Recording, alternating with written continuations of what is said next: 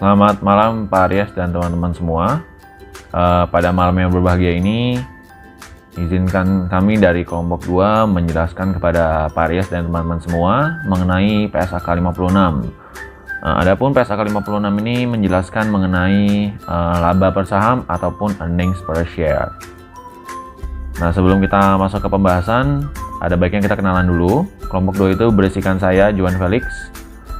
Lalu ada lagi 2 teman saya akan membantu menjelaskan, yaitu Vanessa dan Violeta Christy. Halo semuanya, saya Vanessa dari kelompok 2 akan menjelaskan tentang PSAK 56, yaitu laba per saham atau yang biasa kita sering dengar atau yang sering kita kenal dengan earning per share. Nah, apa sih earning per share itu? Earning per share itu adalah rasio keuangan yang mengukur jumlah laba bersih yang diperoleh dalam setiap lembar saham yang beredar. Tujuannya itu apa? Tujuannya itu untuk memberikan gambaran tentang kinerja perusahaan. Setelah itu dapat meningkatkan daya banding kinerja antar entitas berbeda pada periode pelaporan yang sama. Kemudian kita akan masuk ke definisi-definisi. Di sini ada anti dilusi, dilusi, dan efek berpotensi saham biasa. Saya akan menjelaskan tentang anti dilusi dulu ya. Anti dilusi itu adalah kenaikan laba per saham akibat dari instrumen keuangan yang dapat dikonversi telah dikonversikan. Nah, berarti kalau misalnya dilusi itu sebaliknya dong.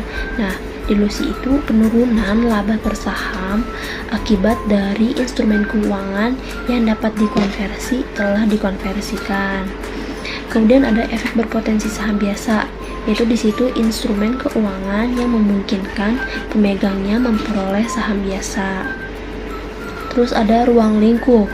Di sini laporan keuangan individual, entitas, dan laporan keuangan konsolidasian suatu grup dengan entitas induk yang memiliki saham biasa atau efek berpotensi saham biasa. Terus yang kedua itu adalah menyampaikan atau dalam proses penyampaian laporan keuangannya kepada regulator pasar modal.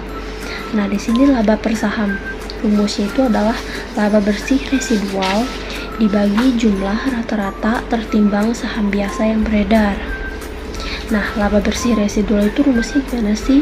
Laba bersih residual itu rumusnya itu adalah laba bersih dikurangi dividen saham utama. Nah, jumlah dividen saham utama ini yang diumumkan bagi periode yang bersangkutan. Kemudian jumlah dividen saham utama kumulatif yang terakumulasi bagi periode yang bersangkutan baik sudah atau belum diumumkan.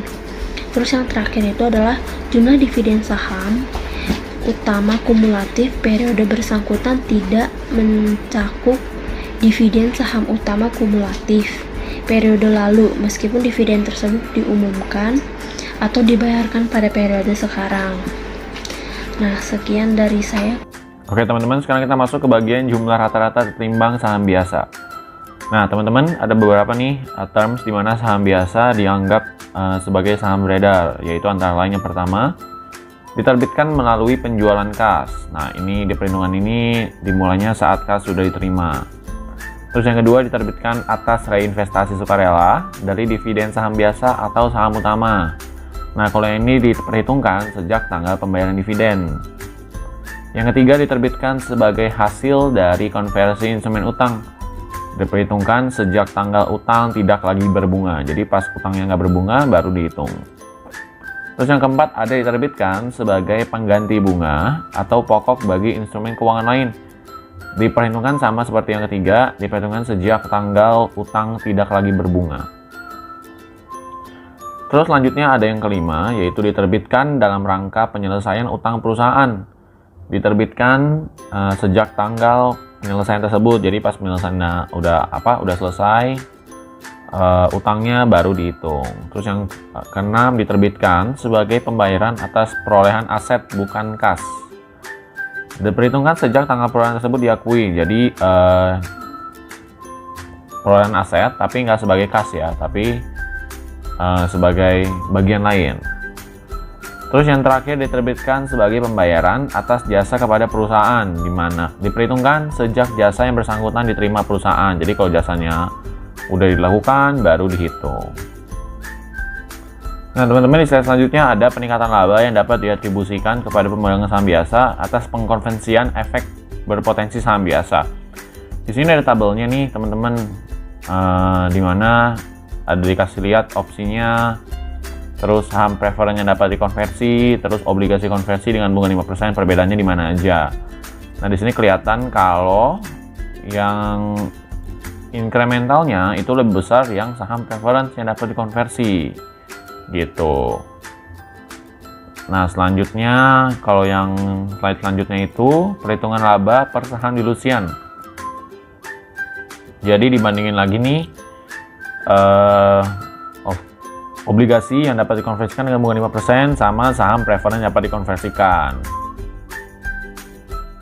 Dan yang terakhir ada perhitungan di mana LPS dasar dan LPS dilusiannya dibandingkan. Terus yang dicari itu laba dari operasi, rugi dari operasi, sama diselisihin dapat laba yang dapat diatribusikan kepada pemegang saham entitas induk.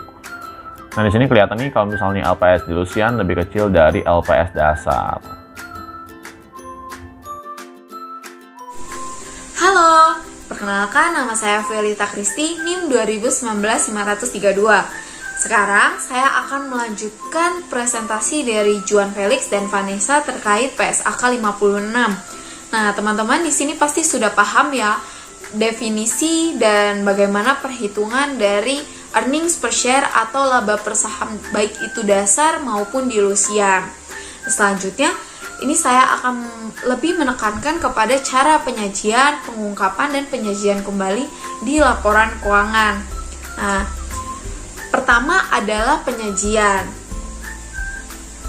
Earnings per share atau laba per saham itu wajib dimasukkan ke dalam laporan keuangan. Di garis bawahi ya teman-teman, wajib dimasukkan ke dalam laporan keuangan. Nah, baik itu nilainya positif maupun negatif, yang dimana negatif menunjukkan kerugian dari perusahaan, itu wajib dimasukkan ke dalam laporan keuangan. Mengapa? Alasannya adalah hal ini merupakan satu bentuk pertanggungjawaban atau transparansi dari si perusahaan kepada pihak investor, sehingga investor ini tahu segini saham yang dia miliki di mata pasar, nilai yang dia miliki di mata pasar. Nah, jadi di sini tidak ada terjadi miskomunikasi antara perusahaan dan pihak investor. Singkatnya seperti itu, teman-teman. Selanjutnya adalah pengungkapan.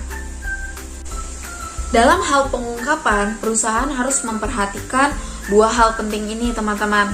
Pertama adalah berapa sih laba rugi yang dimiliki oleh perusahaan atau yang diperoleh oleh perusahaan dalam periode tersebut.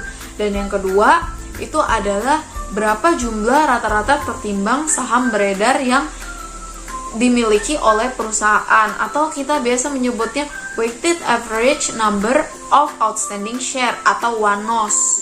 Nah, di sini juga selain dua hal itu ya, ada satu lagi, itu adalah preferred dividend, atau jika perusahaan itu memiliki atau menerbitkan saham utama atau preferred dividend, saham spesial lah istilahnya. Jadi di sini harus memperhatikan juga berapa dividen yang dikeluarkan untuk sebagai pengurang dari laba atau rugi dari perusahaan itu. Yang terakhir ini adalah penyajian kembali. Penyajian kembali ini dimaksudkan jikalau hal ini terjadi, maka harus disajikan seperti ini gitu.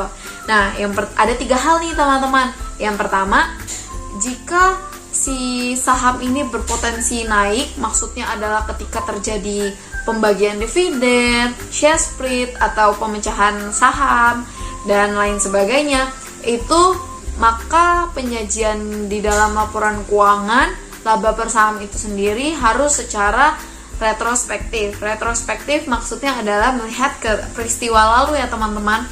Jadi kan ada 2 metode, ada retrospektif dan prospektif.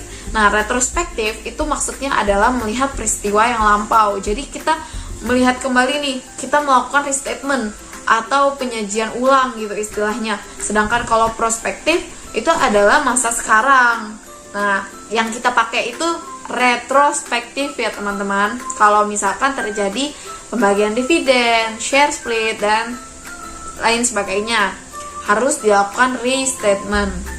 Nah, yang kedua, jika ada angka yang berubah, tapi setelah tanggal neraca, namun belum dibuat laporan keuangannya, maka apa yang harus dilakukan adalah tetap menggunakan angka saham dari yang baru ini ya teman-teman, yang dimasukkan ke dalam laporan keuangan. Jangan pakai angka yang lama, pakai angka yang baru untuk disajikan di laporan keuangan. Nah, hal yang ketiga adalah seluruh perubahan dari angka per saham itu menunjukkan jumlah saham yang beredar. Maka ini wajib diungkapkan dalam laporan keuangan ya teman-teman. Nah, sekarang saya akan menjelaskan contoh dari penerbitan saham bonus. Kita mengetahui bahwa ada laba bersih 20x0 yang mana tahun lalu sejumlah 1.800.000.000 rupiah. Dan laba bersih tahun sekarang yaitu 20x1 sejumlah 6 miliar rupiah. Apabila nih teman-teman di tanggal 30 September 20x1 itu sejumlah 2 juta lembar saham beredar, maka jika di tanggal 30 September 20x1 ini terjadi bonus 2 kali 1 saham beredar, maka yang harus dilakukan adalah berapa jumlah saham yang beredar saat itu? 2 juta. 2 juta dikalikan 2 karena bonusnya 2/1 ya teman-teman. Dapatlah 4 juta saham. Nah, perhitungannya bagaimana nih teman-teman? Laba per saham di tahun sekarang dulu ya, di 20x1 itu jadinya 6 miliar per 2 juta ditambah 4 juta. 4 juta itu adalah bonusnya. Nah, jadinya hasilnya adalah 1000. Nah, kita retrospektif teman-teman. Jadi kita melihat yang lalu, kita menyesuaikan nih LPS atau laba per saham dari 20x0. Jadi kita sesuaikan, kita restatement, penyajian ulang. Itu bagaimana? Yaitu 1.800.000.000 rupiah kita bagi dengan 2 juta plus atau tambah 4 juta saham. Sehingga hasil yang didapatkan adalah 300. Begitu teman-teman. Jadi antara laba dari 20x1 dengan laba 20x0 itu peer to peer atau apple to apple. Jadi setara gitu teman-teman jika terjadi penerbitan saham bonus. Dan harus dilakukan secara retrospektif. Jadi tahun sekarang dulu baru tahun kemarin. Begitu teman-teman. Sekian dari video presentasi kita mengenai PSAK 56 ini. Mohon maaf ada salah kata sebab kami masih belajar, dan selalu sehat di rumah. Sampai jumpa di video selanjutnya.